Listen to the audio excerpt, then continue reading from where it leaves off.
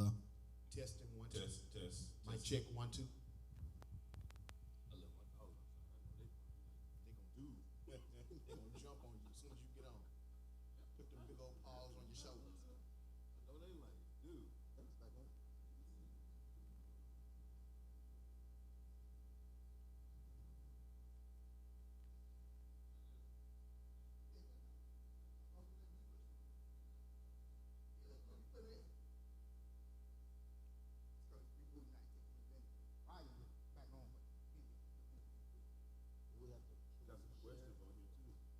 on here too. Already. Oh, it is. We did still have some questions on there. Okay, so the link changed too, though, right? That means I gotta reach. Oh, you stay back on? You stay on? Yes, sir. That's exactly. Okay, great.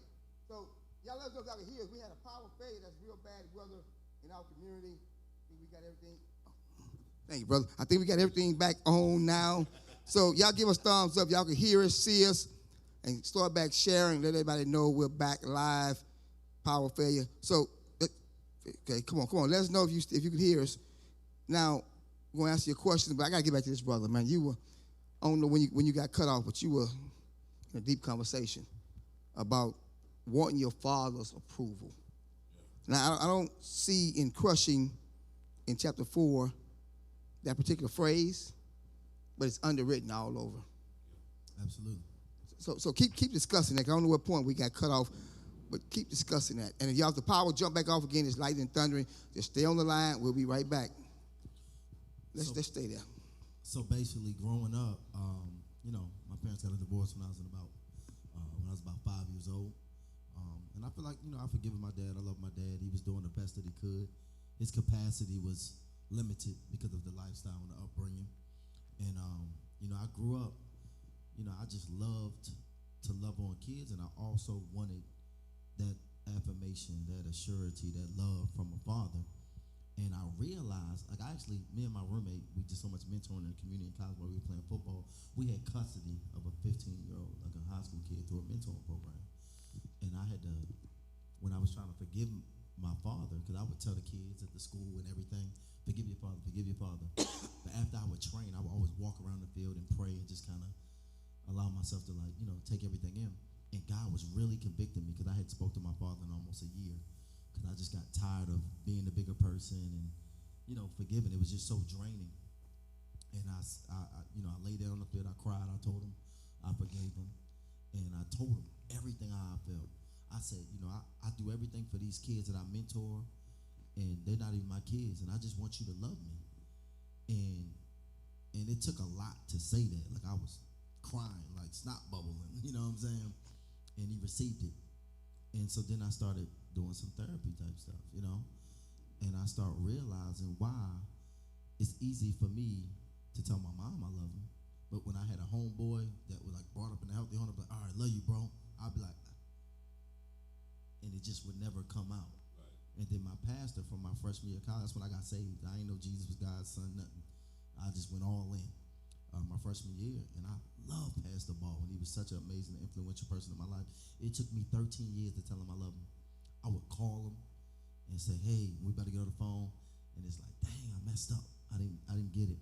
But I was realizing how broken I was from someone not appropriately loving me and showing me with the authenticity and the power in saying I love you and in showing it through your actions was. And I had to repair those things for when I become a father, and as me being a steward over these students and these mentees and my own children. But it was just a really tough thing. One last thing, I know I'm a little long. You go ahead. Now you go ahead. You're blessed. My dad. You're blessed. Before I left to go to college my freshman year, I went to go see my dad, and I ain't never seen my dad get emotional. I've seen him be angry. I've seen us crack jokes. Taught us how to sneak in the movies, sneak the food in there. You know what I'm saying? We used to do it. But I've never seen him get emotional. And, we dabbed each other up. And then I seen him get choked up. And you know how you go through things when you're young, when you don't know what it means, but you feel something that you can't express, and it makes you emotional, or you look at it in hindsight years later. It happened fast. As I'm driving home that day, I just had uncontrollable tears of emotion because he showed emotion for me, and it meant so much, and I didn't know how powerful that was until I started thinking about things like with my daughter. When I smile, she smiles, or like when even sometimes she's goofy just like me, I say stop, but if I smile, she keep doing it because I made an agreement for affirmation with her. You know what I'm saying? So I'm learning how powerful those silent spiritual agreements that we make with ourselves internally, that we give outwardly to people are. And you know, I tell any father, love your children, tell them that you love them, affirm them, everything, because I didn't realize the wounds that I'm still to this day recovering from, trying to grow from, because I never heard nobody say, I love you. And a lot of kids I see that's out here, Bloods and Crips, they just want that. They say I'm good at bad things, at least they proud of me. Yeah. Whether it's with the women, whether it's with hitting licks, whether it's with, why you think so many young guys want to play ball? Wow. They say I'm good at bad things. At least he proud of me. Lecrae said that in the song. It's a song, I Just Want to Be Like You. And I thought about that. How many boys they so proud. They take so much pride in getting positive affirmation from people. You know what I'm saying? But that's that what is it? Endorphin drop. Mm-hmm. You know, that's that drop. They need it. You know what I'm saying? That's biological. So we want to give positive drops so they don't get addicted to the negative drops, which is going on in the streets. Same school, you know, because them boys out there wilding out. You know. So we safe to say your pruning process was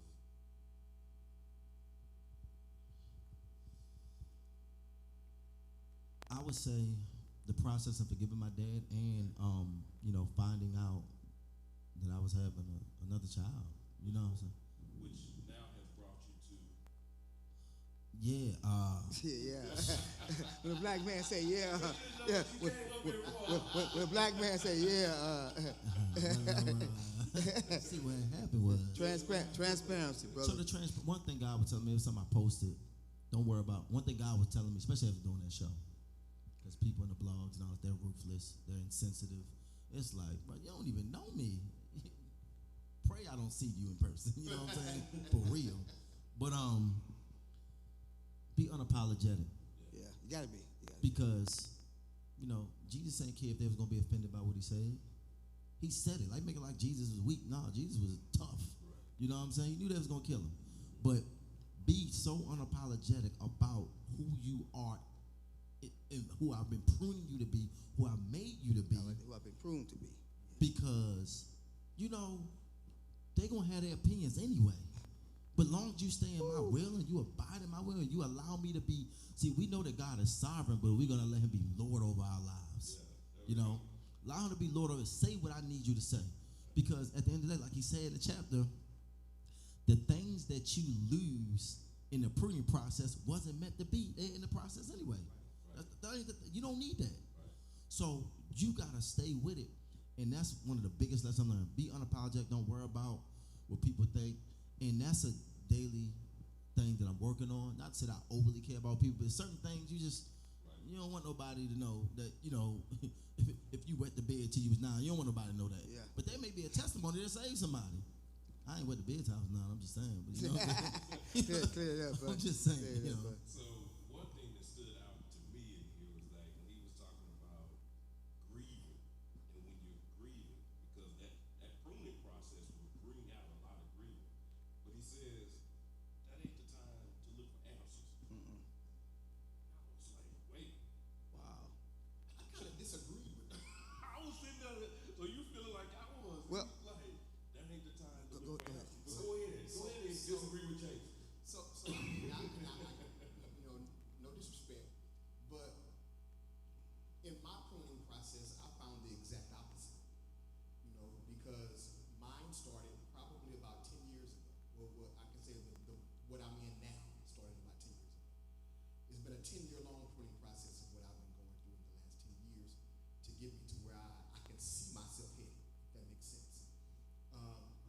It's very similar to Brian, you know, to where a lot of things that I did, whether it was for ministry, where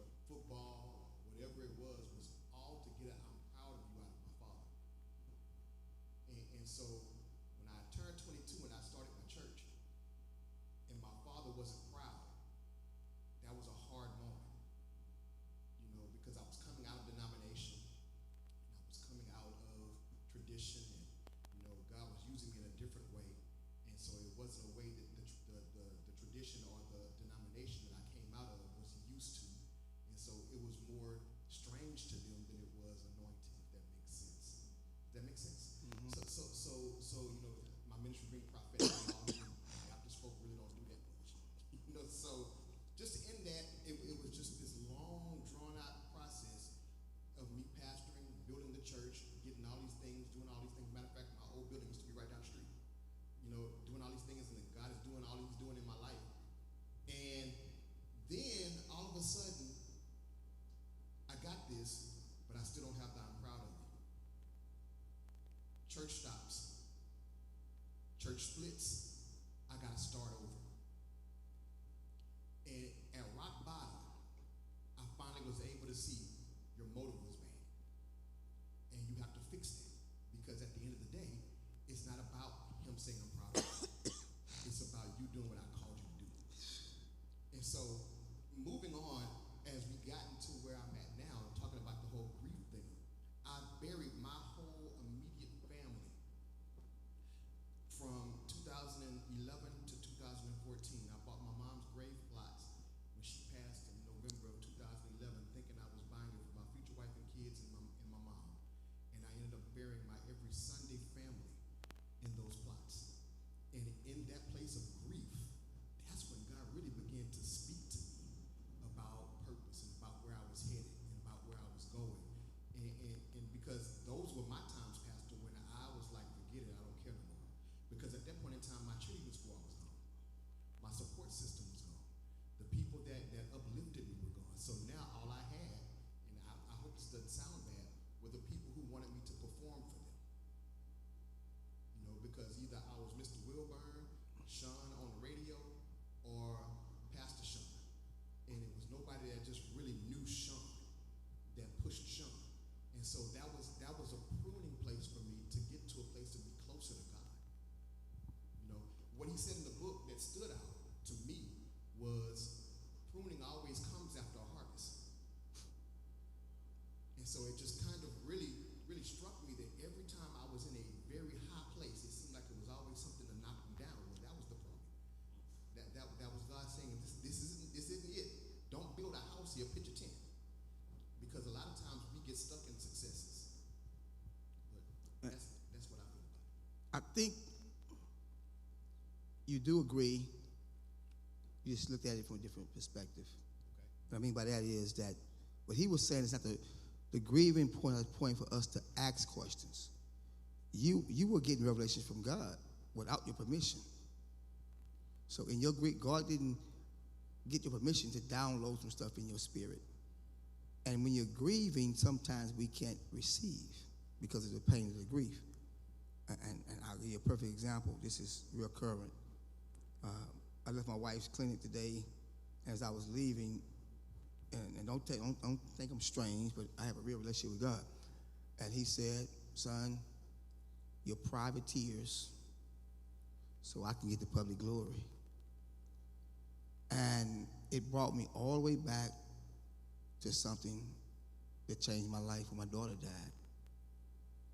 When my daughter died, right before then, every month I take at least 2 to 3 trips to Atlanta or wherever Dr. Clifford Dollar was. I was traveling the world with Clifford Dollar. And when my daughter died, in his wisdom, he was giving me some advice that God's going to take my pain and give me a worldwide platform. I don't cuss. I want to cuss him out. I couldn't receive that. I couldn't hear that. I didn't care anything about no ministry at this. My daughter dead. None of this stuff bring my daughter back. I only have her 21 days. I can care less about a globe and about a ministry, about a platform. And for my fact, right now, I don't even like God. I don't like church because I was preaching while she at home dying. I don't want none of this stuff. But because I become good at it, I got to keep doing it. But I was doing it like I felt more like an entertainer because it was now my career, not my passion. Because I was in a place where how can a loving God let my daughter die when I'm helping everybody else's children? And to hear about a worldwide stage, that was the least thing for my mind. The grief had my ears clogged up. But the pruning over the last 15 years unclogged my ears.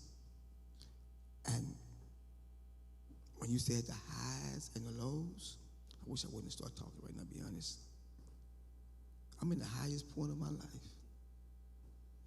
I know I don't look it, but last month I just turned 55 years old.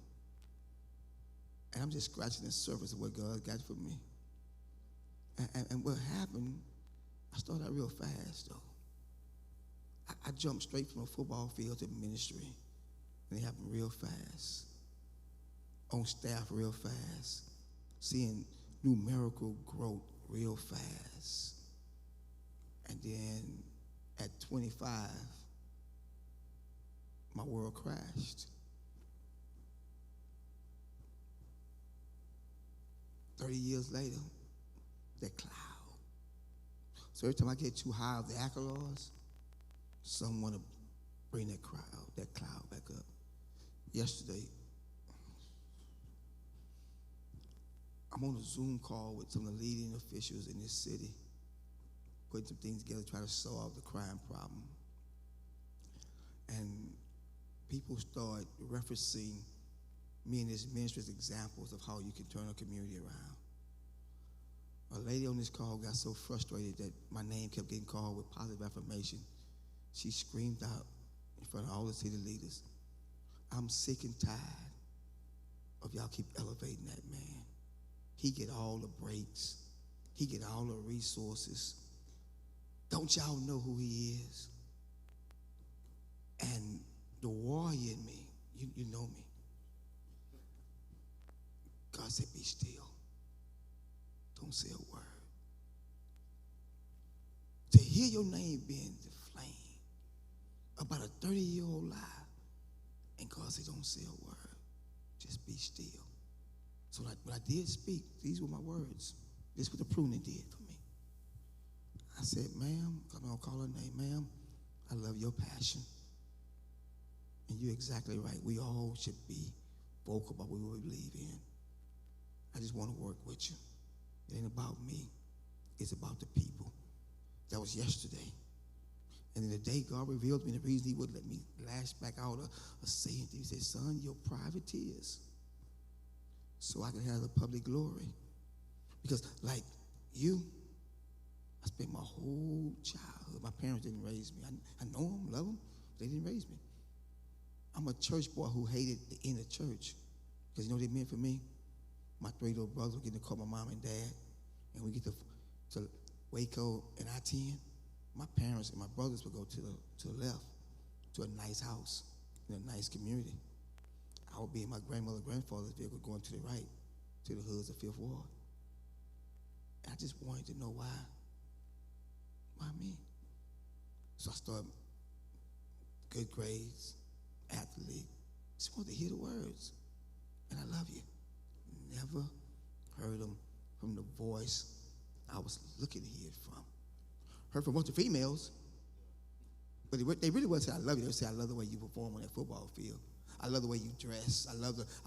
They would say, "I love the things about you," but I really don't love you because I don't even know you. I love letting nobody get close to me. Because in my mind, if my mom don't love me, I ain't letting no chick trick me. So I'm gonna have a bunch of y'all at the same time, so I won't ever cry. So I grew up messed up. Needing therapy. I didn't know I needed therapy, so I grew up messed up. And then ministry, it messed me up even worse because, man, you talking about groupies? I thought the football field was one thing. We joking, but in church, it was crazy. It was crazy. And you're looking for love in this kind of environment. It took me a long time, a lot of pruning before I became a man. Had stuff, but I wasn't a man. My daughter died, and a year later, God gave me a granddaughter. That's when the process really started. Because I made my mind, I'm not going to fail her. She's going to see a real man. I'm not going to fail her. And whatever broke in me, I got to fix it because she deserves to have a hero at home and not on a TV screen. And that pruning, it felt like punishment. Man, So every time, and I'm getting ready to probably be attacked again because God getting ready to announce some stuff. Every time I get one of these highs, that cloud, somebody will bring it out. It got so bad one time. He's a witness. I thought it was over. A group of people decided they were going to cancel me. Literally. Enemies, people who don't like each other, got together and said, he's become too big. We got to cancel him. I hid out in my church in a barber shop because news reporters and people everywhere we had a meeting in a barber shop to say, y'all, I know what they're saying, but we got to move forward. And that was years ago. At the moment, it felt like punishment. But what God was doing, making sure that the headlines didn't get to my head.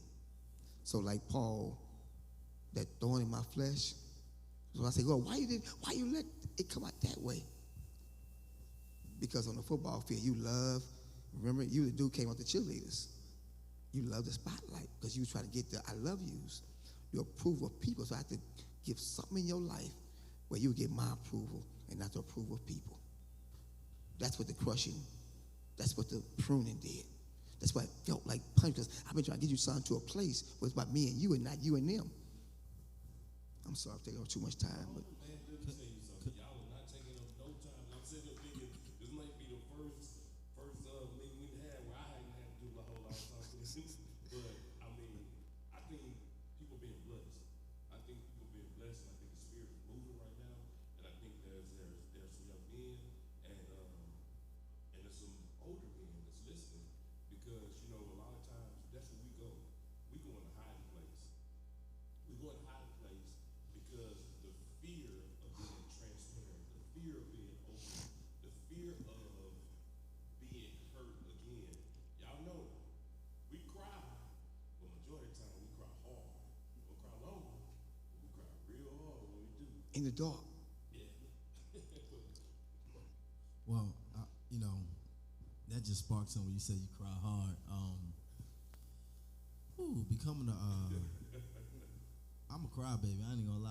I am too now. I am too now. I am too now. Yeah, now. I am too now. And I realized that, and I had to become okay with being a crybaby, because true strength is in expressing your emotions. You know, on that football field, when you win a championship, it's open to cry then.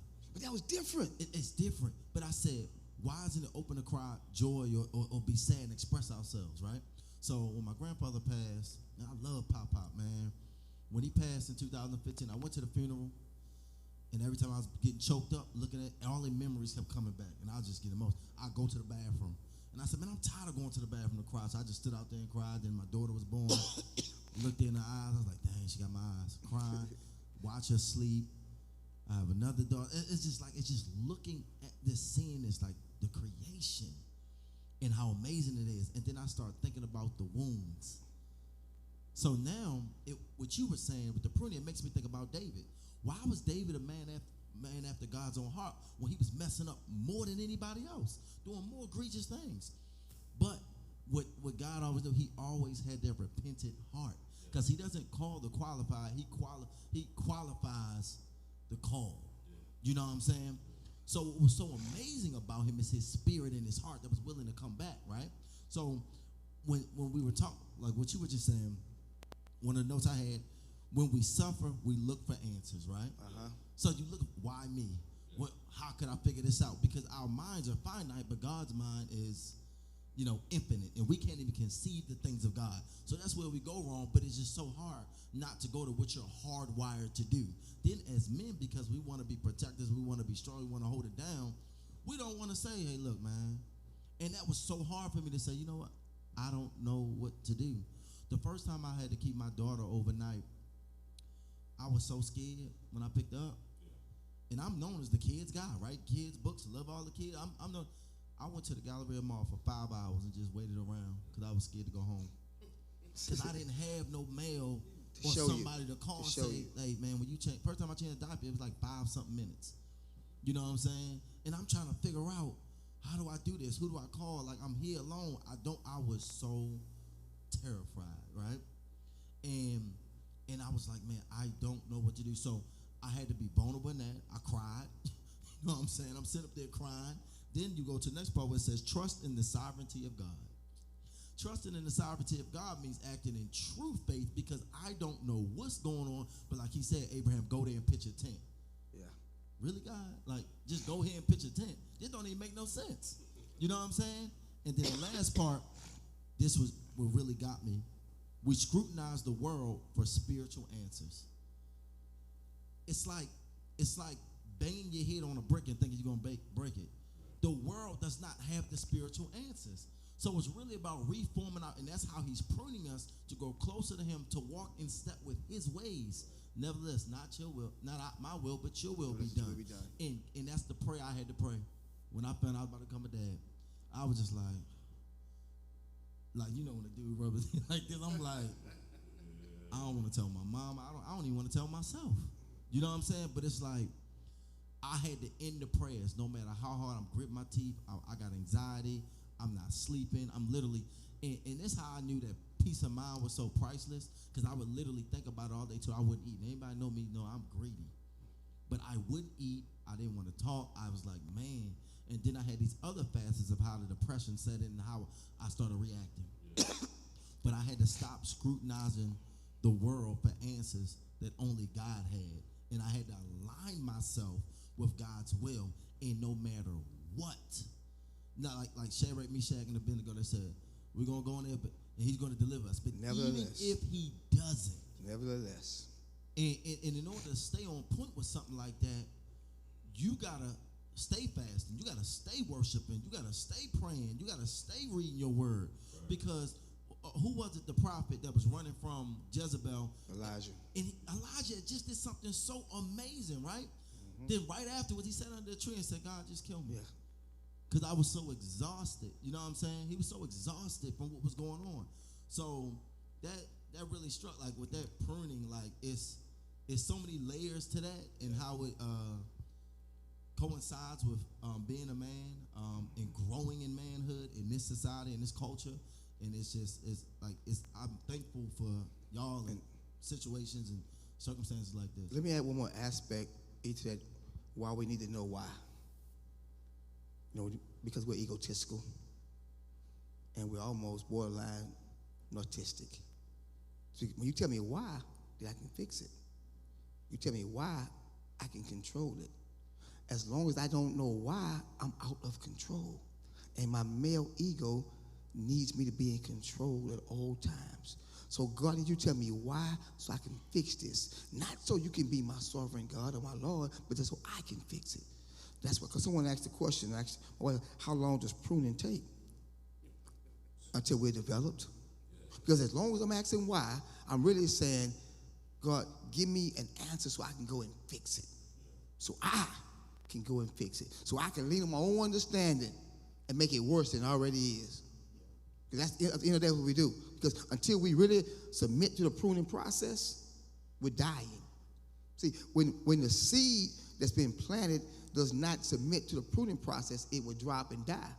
The seed that submits will grow and flourish. And we're dying because we are so egotistical, so strong to want to be the solution. I've gotten so free in my life now where I say often, I don't know.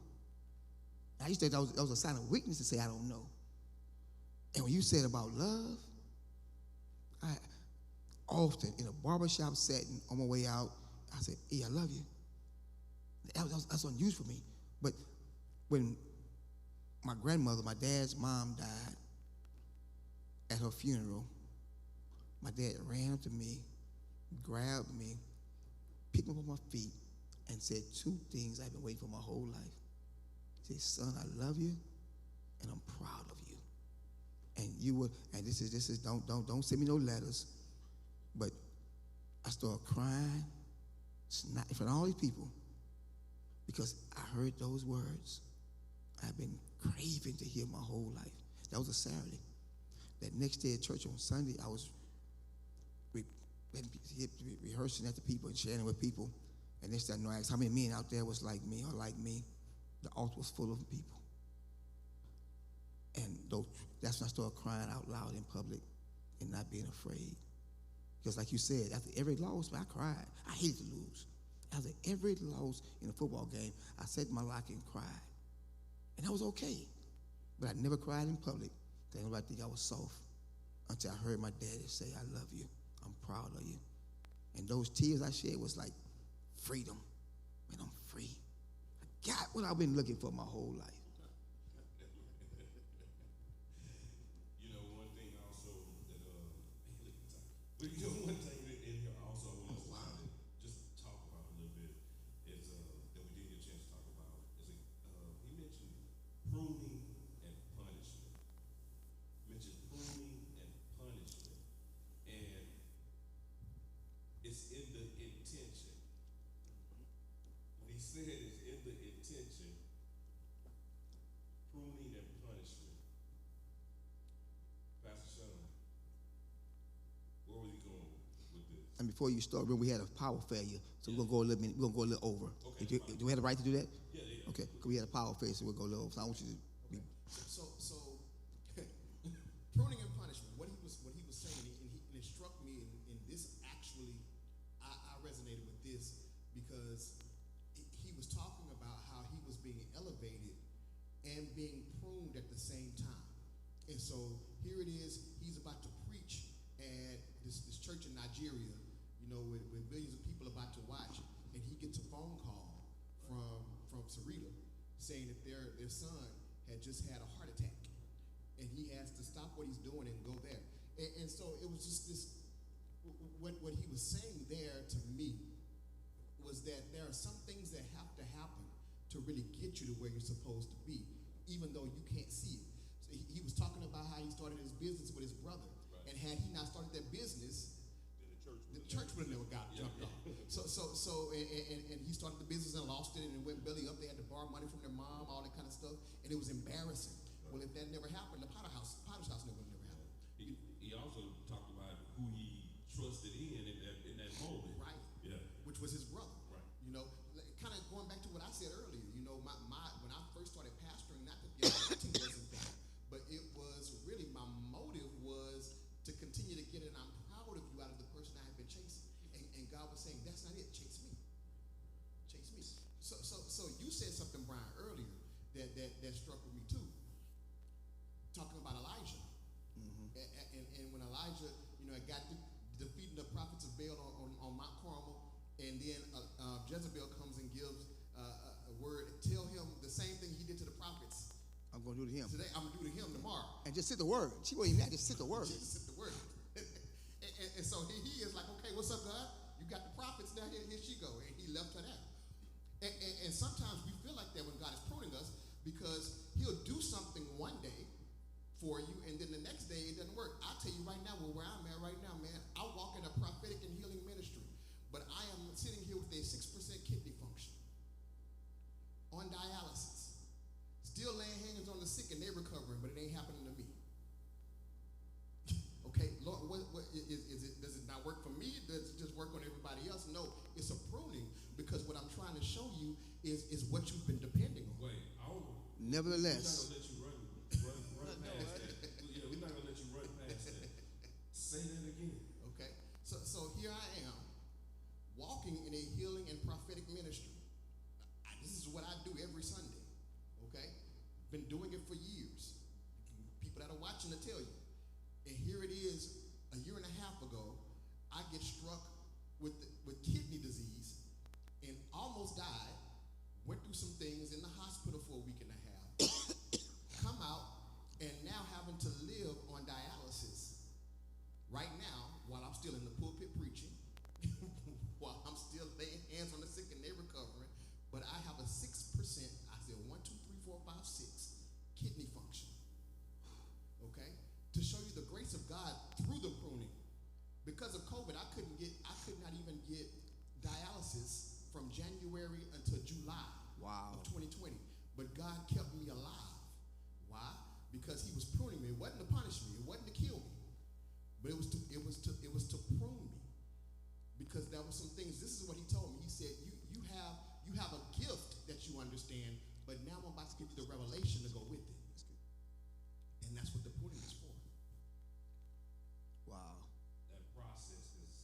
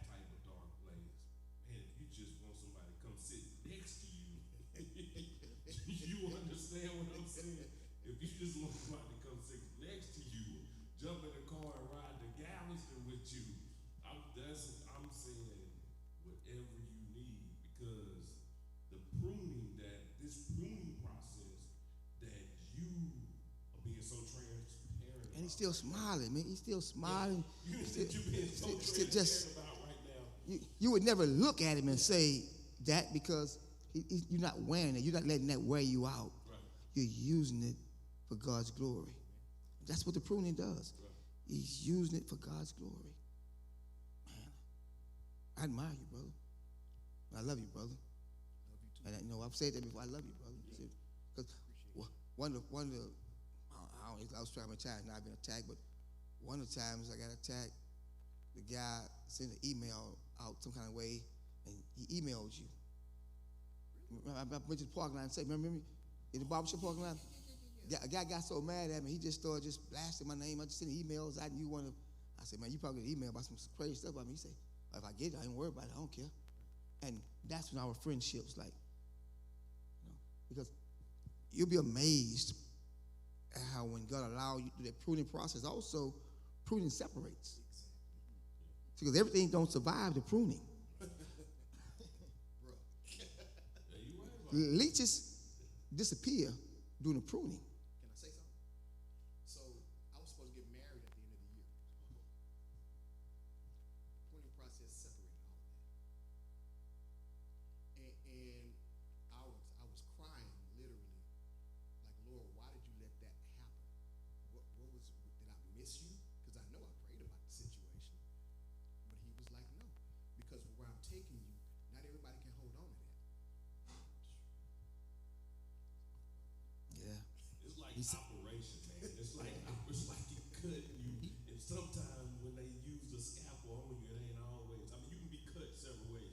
You can be cut with a knife, and that feels totally different than being cut with a scalpel. Because when somebody cuts you with a knife, they're trying to do damage to you. But when a doctor cuts you with a scalpel, he's trying to heal you. But the big difference is, you said, when the doctor cuts us, it's to heal us. But when the world cuts us, if we don't get the proper healing, it kills us. When you said about therapy, now I tell everybody right now, you need a good pastor and a good therapist. Because this world will throw you so many sucker punches. And if you walk around saying, I got it, you're safe for failure. Man, I wish I would have been introduced to the concept of mental health and therapeutic recovery early in life. Because some of the mistakes I made, trying to self-medicate myself I was never sex, drugs, and alcohol. I was just sex. The alcohol and the drugs never got me. It was a sex part. Because I was trying to self-medicate myself. But I really needed therapy. But I was self-medicating. So just keep going, thinking you feel better, but every time you feel worse because you're still empty. It's trash. Because you still haven't heard from your daddy. Proud of you, I love you. She can't do that for you. A joint, a bottle, money, name brand, none of that can, if what you're missing, that void, until it's filled by the things of God or that earthly thing you're trying to get it from, you're going to always be in a cycle. And we spend so much time, on that cycle. You look up and it's 10 years or 20 years or 30. And, to what you said in the book on chapter 4, it said, leave behind yesterday's fruits to embrace your new season. And it's like, you don't want, think about that first time you saw a car you wanted and things ain't work out with the finance or whatever the case may be. But the car you got, in hindsight, you're like, ooh, thank God. Or the person you thought you wanted to marry. And then you look at who you got and you're like, thank God. Amen. So you think about that, then you think about whatever you have is all you need. You don't need what God took from you.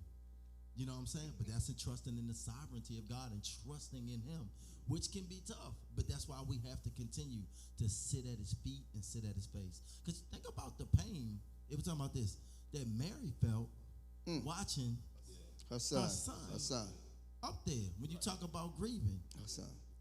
God, I don't even, like you said, I don't even like you right now. What did you doing, bro? And God can handle that. And God can handle that. But I made up in my mind that God sees death different than us. Sacrifices. I'm looking at it like, man, they just slitting the cow's throat. But God don't see it like that. You know what I'm saying? Even, what's the story of the prophet that something happened and then he made God, then I'll give you the first thing that walks out the house. I'll sacrifice the first thing to you. His daughter walked out first. You know what I'm talking about? It's in the Old Testament. Yep, you're right. And he had to, going to his promise to God and sacrifice his daughter. I'm like, yo, you know what I'm saying? Be careful what you wish for when you sacrifice. But I say that God's love is so infinite, so powerful. We can't even begin to conceive and understand it. So we don't need to question God. We just need to be obedient to what He's asking to do. God's love never fails. Your miracle is in what you have. Your miracle is in what you have left after the smoke clears. What do you extract? Woo. And that's like you said. You find out who really for you afterwards. You know what I'm saying? Like people talking, throwing your name through the mud all over the blogs and all, or whatever the case may be. You like, dang, that what you just mad because I didn't want to give you my number on the cool, but you know what I'm saying? Like on the cool, but like you find out so many things, and it takes a real friend. I know personally what it feel like when you like, yo, that ain't happen like that. It's my man, don't worry about it. Like that's powerful. That's love right there. You know, that's a brotherhood. And then the last thing is the enemy uses comfort to entice you to get off track. When you went like prime example when Jesus was fasting in the wilderness for 40 days, I know he was hungry because I'm hungry now. And I just ate a few hours and I'm hungry now. 40 days and 40 nights. The devil got him up on there. Look, man, I can give you this, the women, the kingdom, all the power, all this. And he was like, nah, you know. But he gets you in them vulnerable moments that like y'all know that hey big head text from that woman. Like I said, my struggle ain't never been drugs or alcohol, but it was the women. You know what I'm saying? You get that text from somebody that you ain't talked to in a while, or you thought that you blocked, but somehow they done emailed you or something like that, and it done went through, and I'm like, golly. But you have to really, you got to stay on track. You got to stay focused and like really just understand the purpose and everything that's going on. But having that support system is just, it's just, I can't speak out. Let me drop this in because I just realized something. The three of you are single, and I could not imagine and fathom being single in this wild culture we live in right now. I couldn't even. Pruning and punishment probably be synonymous. So I respect you guys' walk to be saved and single and giving God your best. I thank God so much for 25 years of marriage because I could not fathom being single in this culture. And to stand in righteousness is admirable. So I honor all three of you guys to keep walking the way you're walking. Because even though pruning and punishment sometimes look the same, because to Mary, she saw her son with these two thieves, and all of they were being punished. But go ahead, a different story. Go ahead, a different story. But what Jesus was going through was for the betterment of others. And all of us on this stage right now have a call and a purpose that's bigger than us. So if God has to sometimes prune us, even publicly, so others can see Him. Because there's no way you can look at my life right now and say anything about me other than, there got to be a God. There's no intellectual, there's no financial, there's no political, no social justification around how is that man still standing. There has to be a God. How do you walk around with 6% and give 100%? There got to be a God. How can you go through what you just testified of going through and still be in your right mind? There has to be a God. Man, you ain't never been this quiet. but because I know the back, after all you've been through, and you're still smiling and successful, there has to be a God. So you got to share. I'm going to tell you about that, but one thing I will tell you is that I got to a point that I can look at my wounds and I can look at my pruning, and I made sure that no longer will I let my wounds paralyze me. No longer will I let my wounds paralyze me and silence me and keep me in the dark. And it's not cool to be a man in the dark, left to your own device. It's nothing cool about it to be paralyzed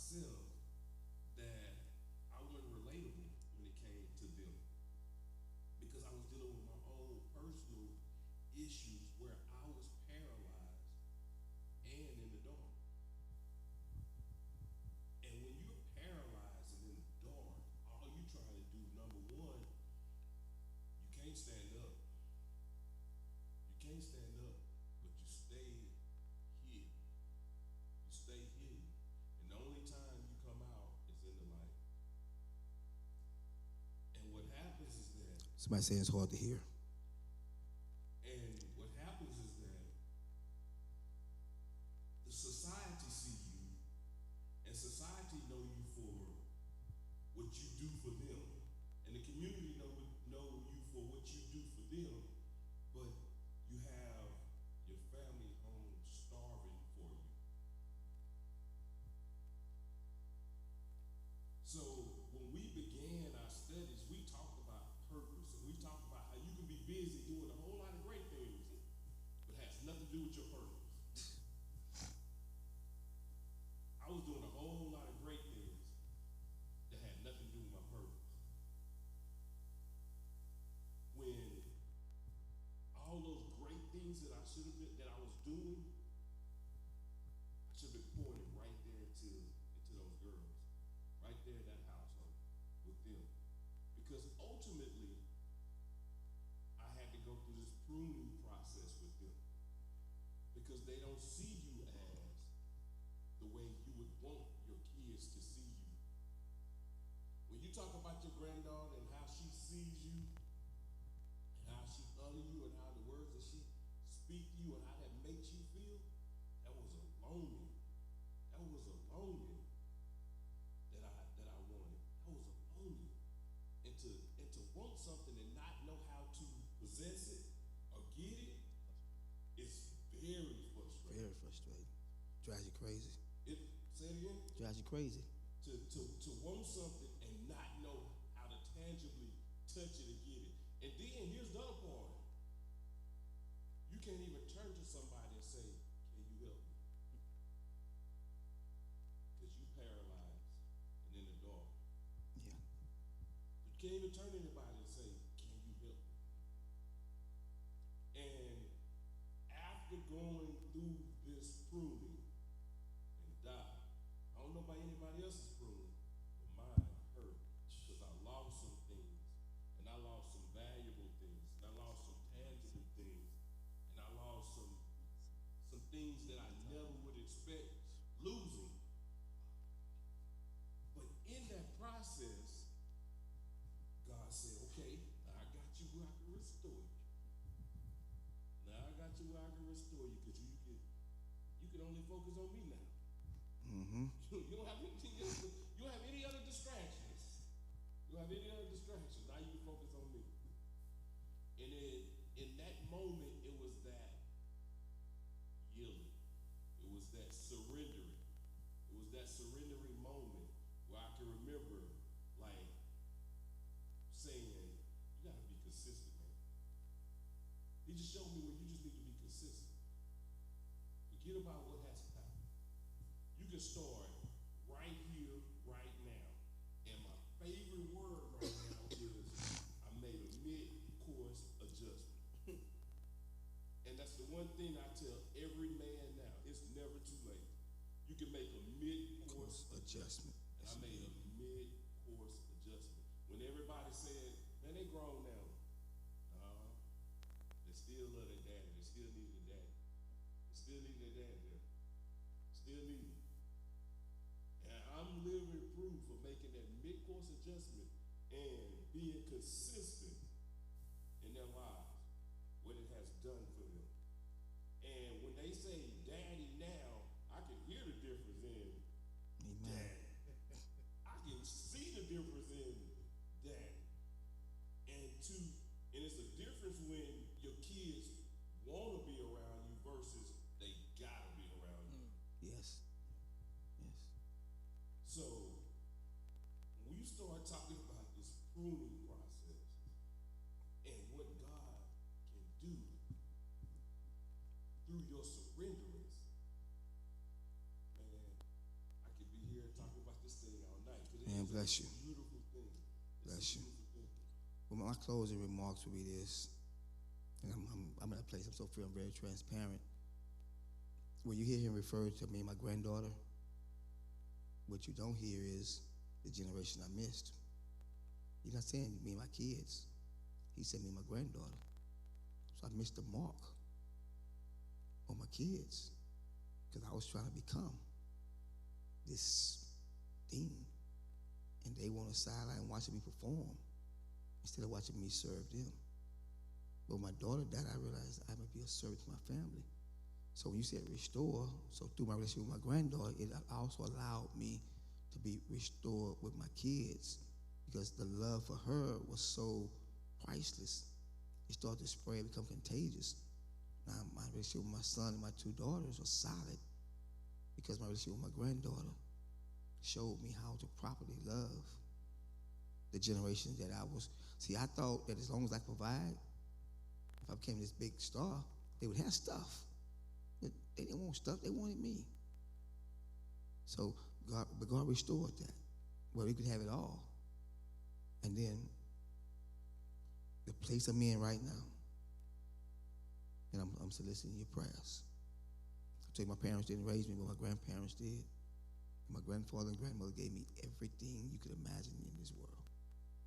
I didn't know we were not rich because I had all the trappings of a rich kid in the hood.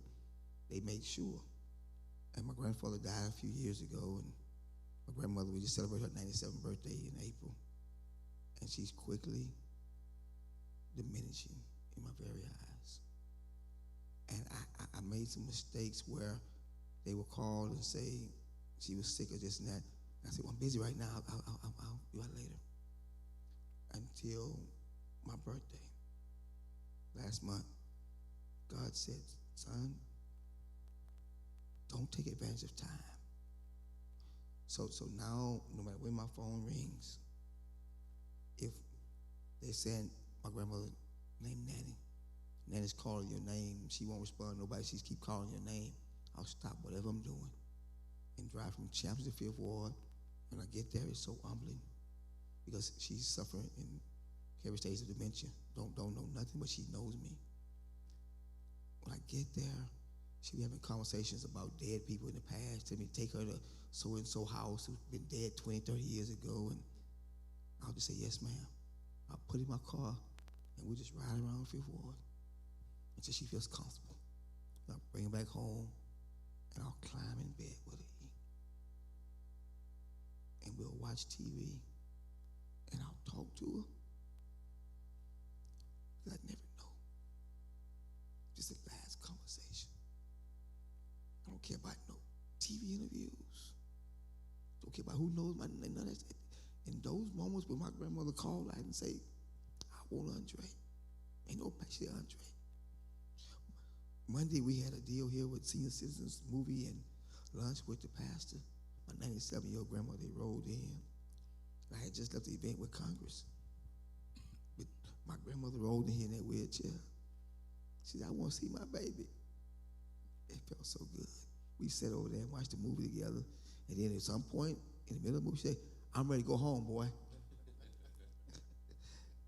and as we rolled out, she looked up, because I'm going to roll on this side. She said, please promise me you won't ever leave me. And that crushed me. Because I knew I had to leave. I knew she had to get in the car and my mama had to take her home. And she said, please don't. So I'm struggling with when to be, when not to be there. But when she calls, I'm leaving and going. But those other moments, knowing every time my phone rings, I'm praying that that's not that call, because I know it's on the way. And I don't know what happens after that. When I see you sharing about your mother and her legacy, and I admire the way you articulate that. You've been helping me for a long time. What I'm going through right now, my grandmother, unbeknownst to you, you've been ministering to me for a minute when you share about your mother, who was a legend in North Forest. My grandmother. When the Bible says, in conclusion, when the Bible says, the Lord give it and the Lord take it, that's my grandmother. He gave it, her to me. And now it's like he's getting ready to take her from me. So my crushing is all over the place right now. But it's also making me even more humble. That's why I couldn't fight the lady back. Man, I ain't got time. That energy needs to go toward my grandmother, not toward this world, who they told Jesus one day, Hosanna, Hosanna. A few days they crucify him, and they still got the fish dinner they took home. Just a pruning. Put you in a position where God can use you. And I'm grateful. The good and the bad, all worked out. I'm done. Man, this is a divine appointment. I'm sitting here listening to all you brothers, and I promise we normally have two other members that sit on this panel, and both of them cancel today. So they couldn't make it for other reasons. But here's the other part. I didn't know that you were pastors knew each other. Not like that. I didn't know y'all knew each other. Yeah, but I didn't know y'all stayed in contact and knew each other like that. I think it was the football league, football league, and then we kind of bonded, and then found out my family know his mother and things of that nature, and it kind of, then he was a pastor, so kind of like, And I remember him, and we just reconnected. I think that joke's trying to date my goddaughter too, though. I was just messing with him. I was just messing with him.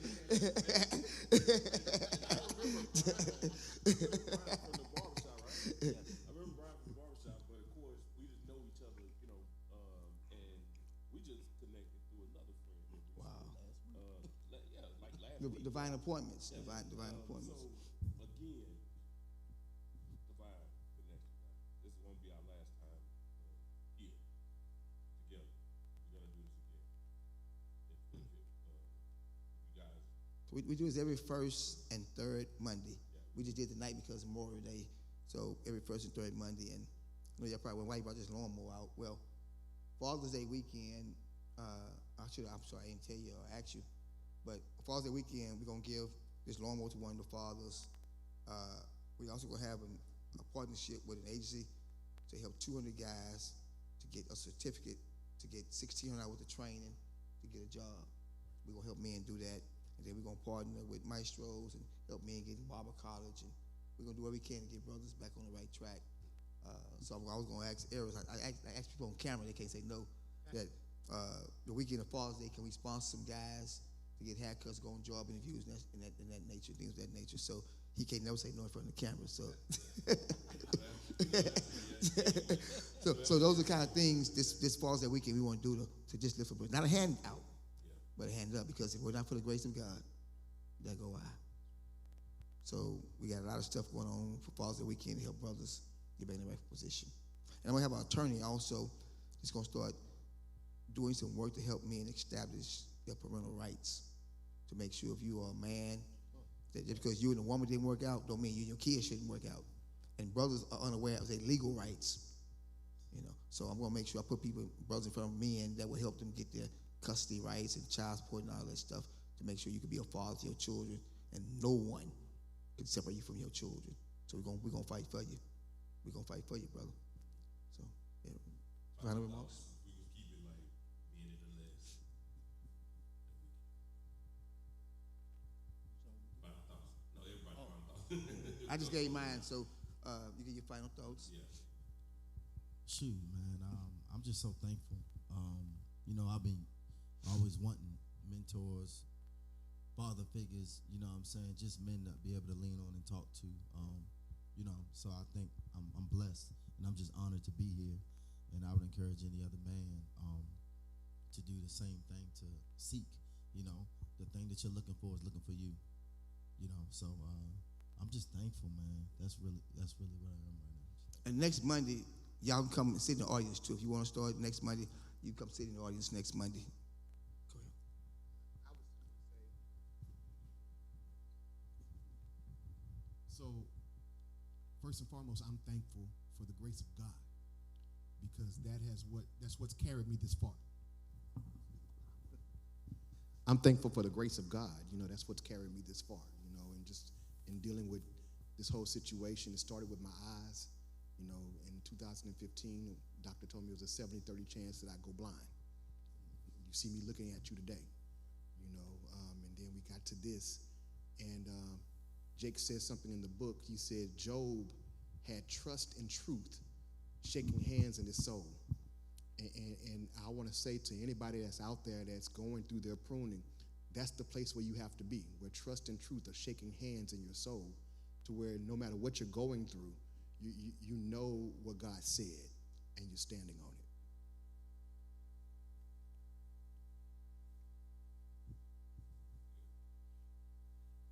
We want to thank everyone for. You want to announce that? You want to announce that? Yes, we got another announcement.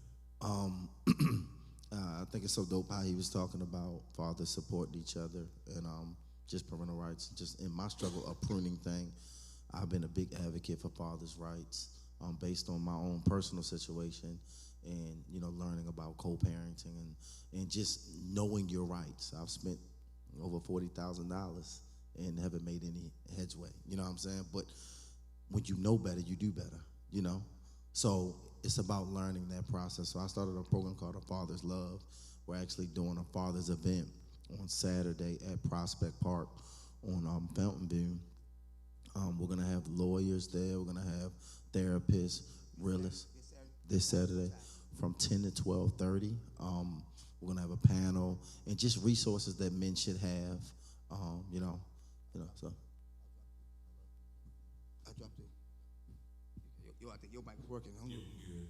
All right, so before we leave tonight, we want to thank everyone for tuning in again. G-Men, we're gonna be here. We're on the first and third Monday of every month, so we'll see you again. Well, I think we'll be in the barbershop next time, huh? The first Monday we'll be here. Remember the schedule. So we actually did back to back. We did? So the third Monday we in the barbershop. Right. So this will be the first Monday. I know it's throwed off because actually Monday was the 31st. It wasn't June yet. See.